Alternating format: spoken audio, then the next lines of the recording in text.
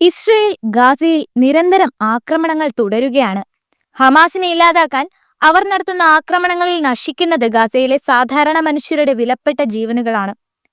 യുദ്ധത്തിൽ നിന്നും പിന്മാറാൻ ഹമാസും തയ്യാറാകുന്നില്ല.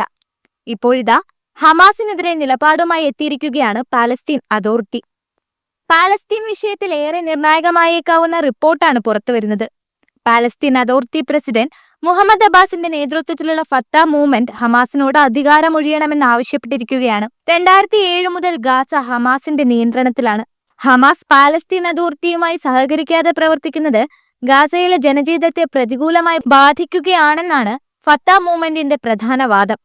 ഗാസയിലെ ദാരിദ്ര്യവും തകർന്നുപോയ ഭരണ സംവിധാനവും പരിഹരിക്കണമെങ്കിൽ ഹമാസ് അധികാരം ഉപേക്ഷിക്കണമെന്നാണ് ഫത്ത വക്താക്കളുടെ അഭിപ്രായം. പുതിയ രാഷ്ട്രീയ നീക്കം ഗാസയുടെ ഭാവിയെ മാറ്റിമറിക്കുമോ എന്നാണ് ഇപ്പോൾ അന്താരാഷ്ട്ര തലത്തിൽ ചർച്ചയായിരിക്കുന്നത്. ശക്തമായ മുന്നറിയിപ്പുകളാണ് ഫത്ത മൂവ്മെന്റ് ഹമാസിന് നൽകുന്നത്.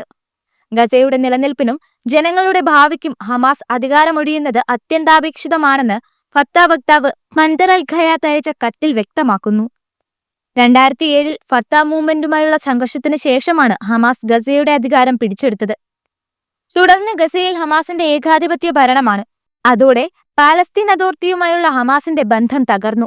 ഹമാസ് അധികാരം ഉപേക്ഷിച്ച് പാലസ്തീൻ അതോറിറ്റിയുമായി സഹകരിക്കണമെന്നാണ് ഫത്തയുടെ നിലപാട്. ഇത് ഗസയിലെ ജനങ്ങൾക്ക് നല്ലതാകുമെന്നും അന്താരാഷ്ട്ര സമൂഹം ഇത് അനുകൂലിക്കുമെന്നും ഫത്ത വക്താവ് പറയുന്നു. 2023 ഒക്ടോബർ 7 ഗസയിൽ ഹമാസിനെതിരെ യുദ്ധം ആരംഭിച്ചത്. തെക്കൻ ഇസ്രയേലിൽ ഹമാസ് നടത്തിയ അപ്രതീക്ഷിത ആക്രമണത്തിൽ 1200 പേർ കൊല്ലപ്പെട്ടിരുന്നു. 251 പേരെയാണ് ഹമാസ് അന്ന് ബന്ദികളാക്കിയത്. എന്നാൽ ആ ആക്രമണത്തിന് ഹമാസിന് വില നൽകേണ്ടി വന്നത് ഗാസയിലെ ജനങ്ങളുടെ ജീവിതമാണ്. അന്നു മുതൽ ഇങ്ങോട്ട് ഗസയിലെ ജനങ്ങൾ സമാധാനം എന്തെന്നറിഞ്ഞിട്ടില്ല. 2025 ജാനുവരി 18 വെടിനിർത്തൽ കരാർ പ്രാബല്യത്തിൽ വന്നെങ്കിലും കഴിഞ്ഞയാഴ്ച ഇസ്രയേൽ വീണ്ടും ആക്രമണം ആരംഭിക്കുകയായിരുന്നു. ഗസയുടെ നിലവിലെ സാഹചര്യം വളരെ ഗുരുതരമാണ്. ഇസ്രയേൽ നിരന്തരം ആക്രമണങ്ങൾ തുടരുമ്പോൾ ഗസയിലെ ജനങ്ങളുടെ ജീവനും ജീവിതവും നശിപ്പിക്കപ്പെടുന്നു. ഭക്ഷണവും വെള്ളവും വൈദ്യുതിയും മരുന്നുകളും ലഭിക്കുന്നില്ല. ഈ സാഹചര്യത്തിൽ ഗസയുടെ ഭാവി അത്യന്തം ഗുരുതരമാകുമെന്ന് പാലസ്തീൻ അതോറിറ്റിയും മുന്നറിയിപ്പ് നൽകുന്നു. ഹമാസ് ഭരണം തുടരുന്നത് ഗസയെ കൂടുതൽ പ്രശ്നത്തിലാക്കുമെന്നാണ് പാലസ്തീൻ അതോറിറ്റിയുടെ മുന്നറിയിപ്പ്. ഹമാസിന്റെ ശക്തമായ നിലപാട് മൂലം പാലസ്തീൻ പ്രക്ഷോഭത്തെ ഒരുമിപ്പിക്കാനായിട്ടില്ല. പകരം പാലസ്തീനിൽ 2 ശക്തമായ വിഭാഗങ്ങളായി ഭിന്നിക്കുകയാണ് ചെയ്തത്. ഇത് പാലസ്തീൻ ജനതയുടെ സ്വപ്നങ്ങൾക്കും മുന്നോട്ടുള്ള യാത്രയ്ക്കും തടസ്സമായിരിക്കുകയാണ്.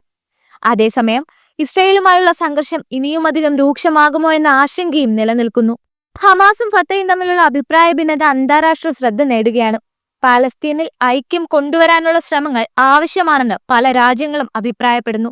ഗാസയിലെ ജനങ്ങൾക്കുള്ള അവകാശങ്ങൾ ഉറപ്പാക്കാനും അവർക്കായി കൂടുതൽ പിന്തുണ സംഘടിപ്പിക്കാനുമാണ് ഈ രംഗത്തെ പല പ്രമുഖ നേതാക്കളും ആഹ്വാനം ചെയ്യുന്നത്. ഗാസയുടെ ഭാവി അനിശ്ചിതത്വത്തിലായിരിക്കുന്ന ഈ നിർണായക ഘട്ടത്തിൽ ഹമാസും ഫത്തയും തമ്മിലുള്ള ഏകോപനം അനിവാര്യമാണെന്ന് പല രാഷ്ട്രീയ നിരീക്ഷകരും ചൂണ്ടിക്കാണിക്കുന്നു. ഈ വിഷയത്തിൽ അടുത്ത ദിവസങ്ങളിൽ കൂടുതൽ പ്രതിസന്ധികൾ ഉയർന്നേക്കാം.